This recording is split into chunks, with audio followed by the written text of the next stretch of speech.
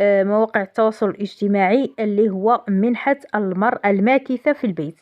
منحة المرأة الماكثة في البيت بين الصحة والإشاعة، شروطها وما مدى صحتها، وما هو أو ماذا قال الرئيس عبد المجيد تبون في هذا الخصوص. كل هذا وذاك ناقشوه في الفيديو نتاعنا. نبداو على بركة الله. دونك وكنجو نشوفوا هاد المنحة، منحة المرأة الماكثة في البيت، راها دايرة ضجة منذ عدة سنوات، ماشي عام ماشي عامين، يعني منذ ترأس السيد عبد المجيد تبون رئيسا للبلاد. وخلال ترشحه للرئاسيات السابقة كان ذكر منحة المرأة كان ذكر المرأة الماكثة في البيت والمرأة الريفية، ودعمه للمرأة ومنحها قروض مصغرة.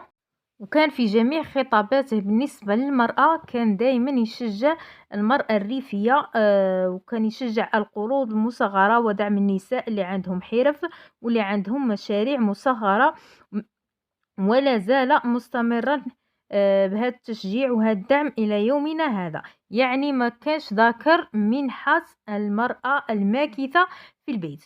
ولكن شفنا في الخطاب الأخير اللي دار السيد عبد المجيد تبون في خلال رئاسياته، خلال هذه الرئاسيات ذكر منحة المرأة الماكثة في البيت. هنايا يكون الإشكال، ولا هنايا نلقو الإشكال خلال سماعنا لهذا الخطاب جيدا.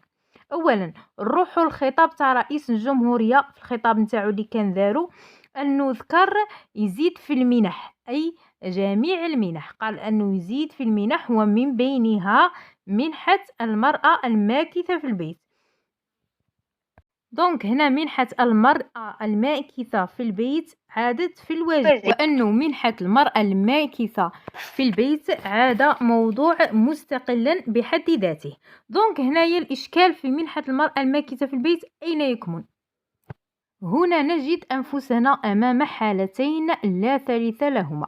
الحالة الأولى أنه كانت هناك منحة مرأة ماكثة في البيت، والحالة الثانية أنه لا وجود أساسا لمنحة المرأة الماكثة في البيت، وفي هذه الحالة يمكن استحداثها حسب خطاب رئيس الجمهورية. نجد أنه قال وسنزيد في المنح وكذلك في منحة المرأة الماكثة في البيت.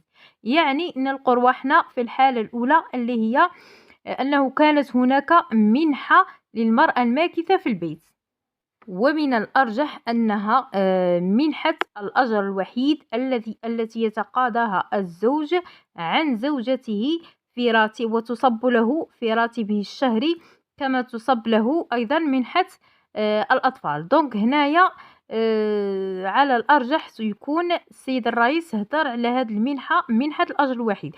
ولكن هناك تناقض بالنسبة في هذا المجال. يعني كاين الزوجة اللي تخدم والزوج نتاعها ماشي خدام، عاطل على العمل هنا يعطوها منحة الأجر الوحيد على الرجل، وتتقاضاها المرأة على زوجها العاطل عن العمل. دونك هنايا ما ولاتش منحة مرأة ماكثة في البيت، يعني هنا ولات منحة للرجل تتقاضاها الزوجة عنه.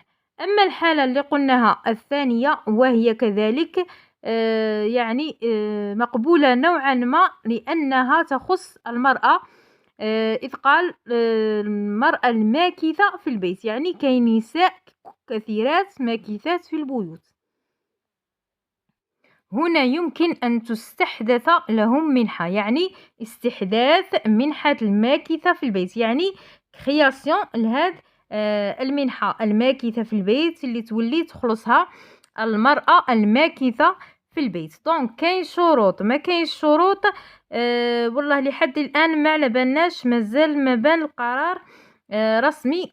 احنا ان شاء الله نتمنوا ما تكونش شروط تعسفيه كما داروا لنا في شروط منحه البطاله، بغض النظر عن هاد المراه سواء كانت خدمت من قبل ولا ما خدمتش. يعني الشرط اول مره ان شاء الله يلغوه وما يديروش في هاد المنحه. بالاضافه الى لا اسكو كان عندها لاسيرونس، اسكو الزوج نتاعها مسوري ولا مسوريها معاه ولا ماشي مسوريه معاه، يعني يكون الزوج تاعها خدام. ان شاء الله كاع هاد الشروط ما يشوفوش فيهم، ان شاء الله يديروا لنا منحه لجميع النساء، وخاصه النساء الماكثات في البيت اللي سقط عنها الحق في منحة البطالة، يعني ما تقادتش ولا ما كانش عندها، ما ساعفهاش الحظ باش تدي هاد المنحة نتاع البطالة ولا المنح الأخرى كالمنحة الجوسافية.